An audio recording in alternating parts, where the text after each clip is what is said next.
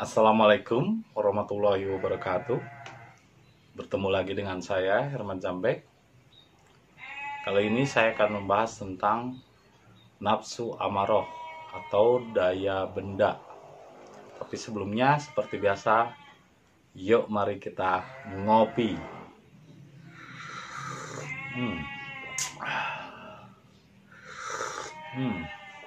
Luar biasa rasanya, nikmat jika hidup ini benar-benar dirasakan, bukan dipikirkan.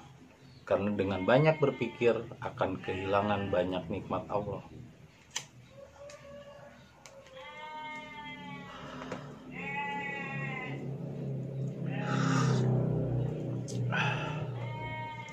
Daya benda atau kalau orang Arab nyebutnya nafsu mutmainah, nafsu amaroh. Nafsu amaroh itu artinya adalah daya benda, yaitu nafsu yang masih berkutat di benda. Walaupun benda itu sendiri sebetulnya adalah makhluk Allah. Benda itu juga beribadah kepada Allah. Karena seluruh makhluk dan ciptaannya semuanya beribadah kepada Allah. Semuanya ada dalam liputannya, semuanya ada dalam kuasanya. Jadi kalau seandainya berbicara tentang hanya Rabbani atau hanya rohani, tidak, benda pun berada dalam liputannya. Tidak hanya rohani, tidak hanya ruh atau jiwa, benda tubuhan jasmani itu juga berada dalam liputannya. Hanya kalau kita berbicara tentang unsur, jadi benda, tumbuhan, hewan, dan jasmani adalah unsur bagian luar diri. Jadi ia tetap masih belum bisa dikatakan sebagai diri yang sejati. Ia adalah diri bagian luar, diri casing. Benda, tumbuhan, hewan, jasmani ini harusnya menjadi kendaraan. Ini yang disebut Nabi Muhammad Mi'raj itu adalah bibarokatin, dengan keberkahan. Bukan buruk ya, buruk itu adalah benda, tumbuhan, hewan, jasmani, keberkahan. Jadi benda, tumbuhan, hewan, jasmani ini adalah kendaraan. Bukan malah kendaraan yang mengendari jiwa kita, tapi jiwa kita yang mengendalikan kendaraan itu. Seperti halnya mobil. Mobil itu harusnya kita ngendarain mobil. Dan ketika kita sampai misalnya ke tujuannya ke Jakarta, ketika sampai tujuan misalnya ke sebuah hotel atau ke sebuah rumah, mobil itu harus ditinggalkan.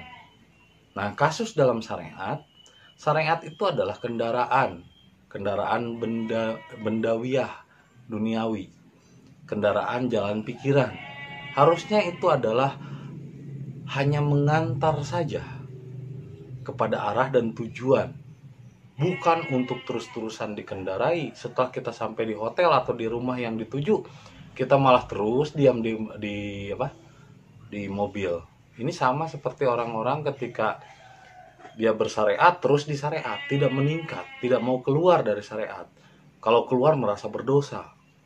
Kalau keluar atau menyeberang dari syariat dia merasa berdosa. Justru syariat itu hanyalah jembatan, bukan tujuan, bukan Tuhan, bukan sesembahan. Syariat itu adalah jembatan menuju tarekat, hakikat, dan makrifat. Nah, sekarang pada umumnya orang ketika sudah merasa nyaman di syariat, dia tinggal di sana dan tidak mau menyeberang keluar, takut dianggap murtad atau kafir. Ibaratnya kita ke Jakarta bawa kendaraan mobil, tapi setelah sampai tujuan dia takut keluar dari mobil. Takut keserempet orang, takut dianggap murtad, takut dianggap kafir. Ini masih di daya benda. Daya benda itu adalah pikiran. Karena pikiran, daya imajinasinya terbatas kepada benda. Ketika pikiran disuruh untuk memikirkan apa itu angin, dia tidak bisa menggambarkan dalam imajinasinya apa itu angin. Yang ada dalam gambaran imajinasi hanya daun-daun yang tertiup angin atau benda-benda yang tertiup angin. Karena pikiran terbatas daya imajinasinya kepada sesuatu yang memiliki bentuk atau benda.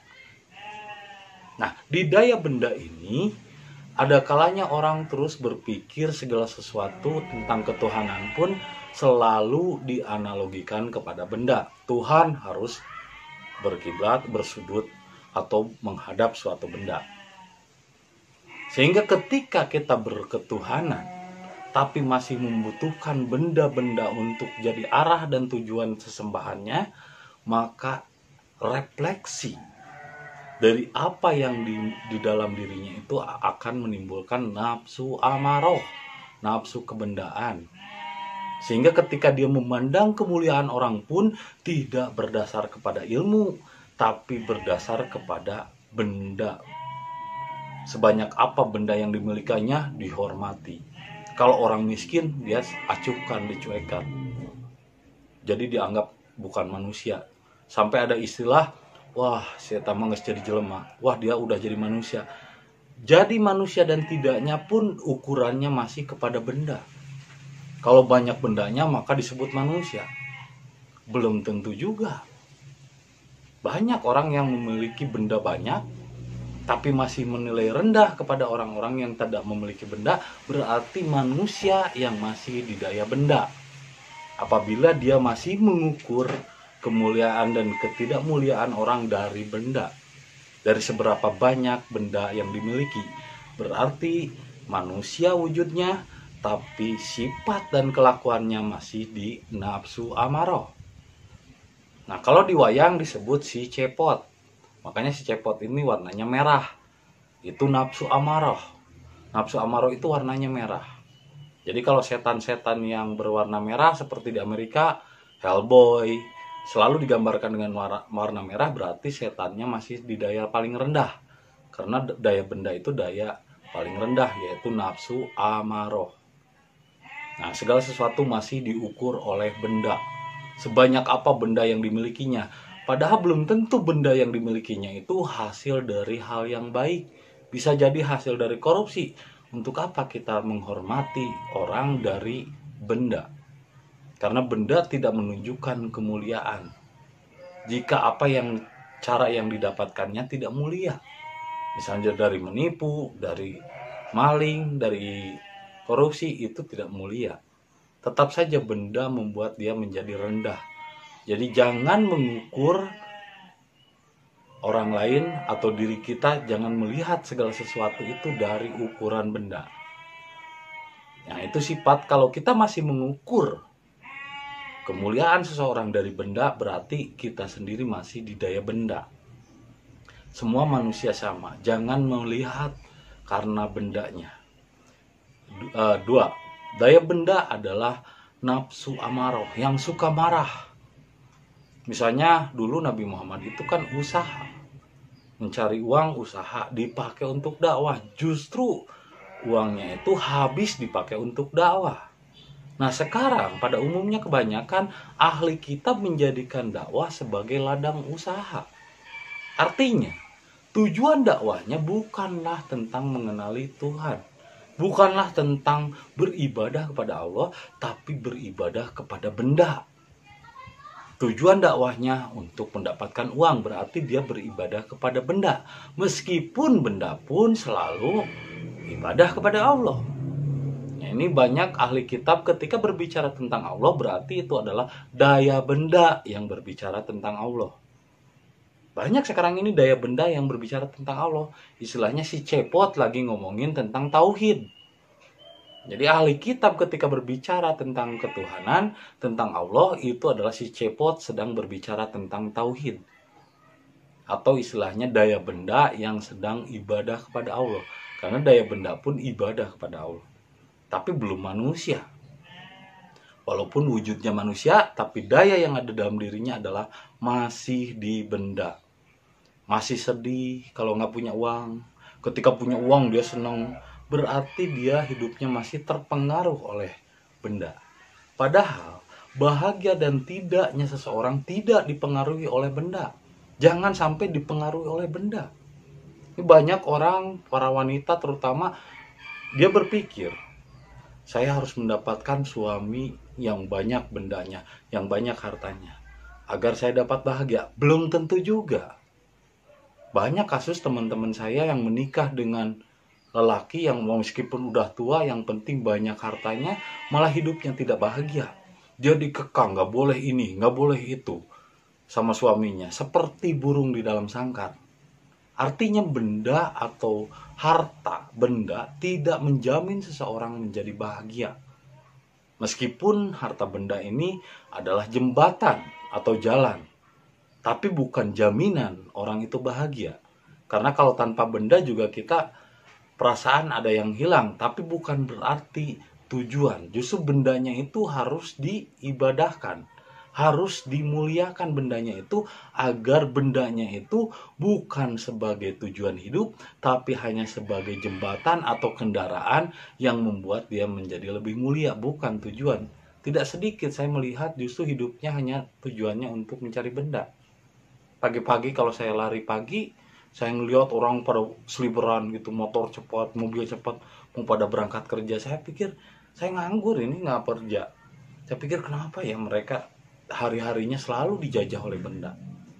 Padahal benda bukan tujuan, dia nyari benda sebanyak mungkin. Setelah dia banyak, tua, karena dulunya dia ketika kerja dan mencari uang dengan kerja kerasnya itu menghiraukan kesehatan.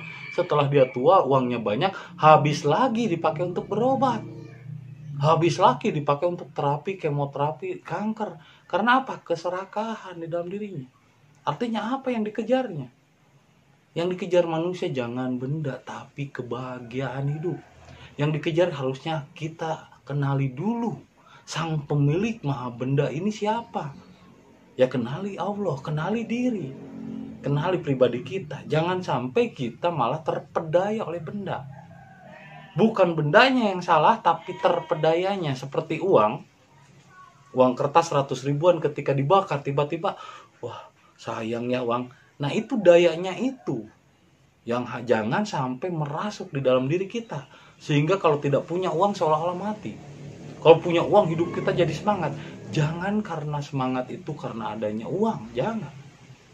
Ada uang dan tidak ada uang, kita harus tetap semangat dalam hidup, kita harus tetap bekerja. Karena kalau kita masih terpengaruh oleh daya benda, artinya hidup kita belum menjadi manusia, masih di daya benda. Ketiganya, daya benda itu juga ibadah pada Allah. Jadi ketika banyak orang yang berbicara tentang ketuhanan, Allah itu begini, begitu, tapi hasil dari pemahaman akal pikiran, dari hafalan, itu berarti daya benda yang sedang berbicara tentang Tuhan. Si cepot yang sedang berbicara tentang tauhid. Karena daya benda ini pikiran. Pikiranlah yang membuat dan terciptanya daya benda. Contohnya handphone, contohnya mobil, diciptakan oleh pikiran. Pikiran ini mampu menciptakan daya benda. Hebatnya pikiran itu memiliki karakteristik yang mampu mencipta. Allah sang maha pencipta, tapi Allah menciptakan pikiran sebagai bekal hidup manusia agar dengan pikiran manusia mampu mencipta. Makanya ada 3 sabta, cipta, karsa, rasa, cipta, karya, karsa. Kuasa. Jadi dari rasa dulu, terus karsa, kersaning Allah, terus cipta, jadilah karya. Rasa, karsa, cipta, karya. Bahkan terjadinya karya-karya seperti mobil, benda, handphone, dan lain sebagainya, ini dicipta dari pikiran. Pikiran itu mampu menciptakan. Bahkan ketika banyak belajar tentang Tuhan melalui pemahaman pikiran, itu mampu menciptakan Tuhan itu sendiri. Sehingga ketika Nabi Muhammad dulu menyampaikan tentang malaikat, ketika dicerna oleh pikiran, itu malah menciptakan sosok bayangan malaikat itu bersayap. Malaikat itu besar, lebih besar dari bumi. Padahal maksud malaikat itu adalah air, darah, yaitu hati nurani. Karena di dalam hati ini ada cahaya, ada nurani. Makanya disebut Tuhan, tuntunan hati nurani. Sampai ada embib-embib yang bilang, mulia mana sendal dengan malaikat? Sendal Rasul dengan malaikat. Mulia sendal, katanya, sendal sudah bertemu Tuhan. Kok jadi ke situ, jadi ke benda? Padahal malaikat yang dimaksud adalah hati nurani. Bahkan sendal, benda-benda apa yang ada di luar diri kita tidak mungkin bergerak kalau tidak ada kehendak hati nurani. Hanya ketika hati nurani ini ngikutin akal, ngikutin persepsi kebendaan, segala sesuatu diwujudkan menjadi benda. Tuhan menjadi sesuatu di luar diri. Malaikat menjadi sesuatu makhluk di luar diri. Padahal malaikat adalah hati nurani. Allah adalah ada di dalam diri yang paling dalam dan di luar yang paling luar. Jadi meliputi, kita justru ada di dalam kekuasaan Tuhan. Bukan Tuhan ada dalam diri kita juga salah. Tapi di dalam diri kita ada zat atau energinya, di mana itu adalah kabel. Ruh itu adalah kabel. Tapi kabel bukanlah listrik. Kabel hanya akan menyambungkan energi dari Allah ketika disambungkan dan tergunting atau tertutup energinya, terputus energinya antara ke Allah ke kabel itu kalau oleh pikiran. Ketika pikiran banyak berpikir akan terputus. Kadar pakru ayatunal kufur. Kebanyakan berpikir membuat orang malah menjadi kufur, tertutup. Nah, ini pikiran, ini benda, segala sesuatu ketuhanan diterjemahkan oleh pikiran. Malaikatnya menjadi sesuatu makhluk di luar diri kita, menjadi bersayap. Padahal malaikat adalah hati nurani, jin adalah pikiran.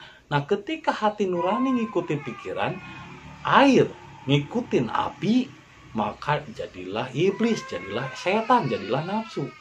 Jadi yang disebut dengan iblis adalah ketika hati ngikutin akal, jadilah nafsu, jadilah iblis, jadilah merasa paling benar. Nah, harusnya pikiran ini ngikutin hati nurani, jadilah malaikat. Tapi kalau hati nurani kita, iman kita dari hati nurani ngikutin logika, ngikutin akal, jadilah benda. Tuhan jadilah suatu benda yang harus disembah menuju arah sesuatu. Jadi dia menyembah atau beribadah kepada benda.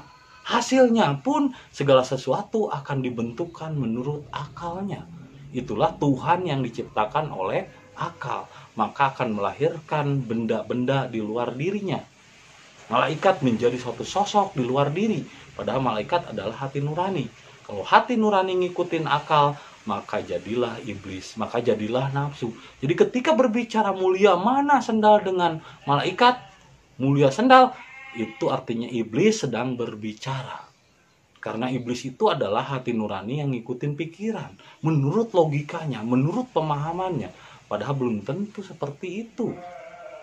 Apa yang diceritakan Rasul dulu belum tentu sama dengan apa yang dipersepsikan oleh orang-orang pada zaman sekarang menurut akalnya. Karena akal ini hanya praduga, itu bukanlah iman. Ketika keyakinan hati mengikuti akal, maka jadilah prasangka.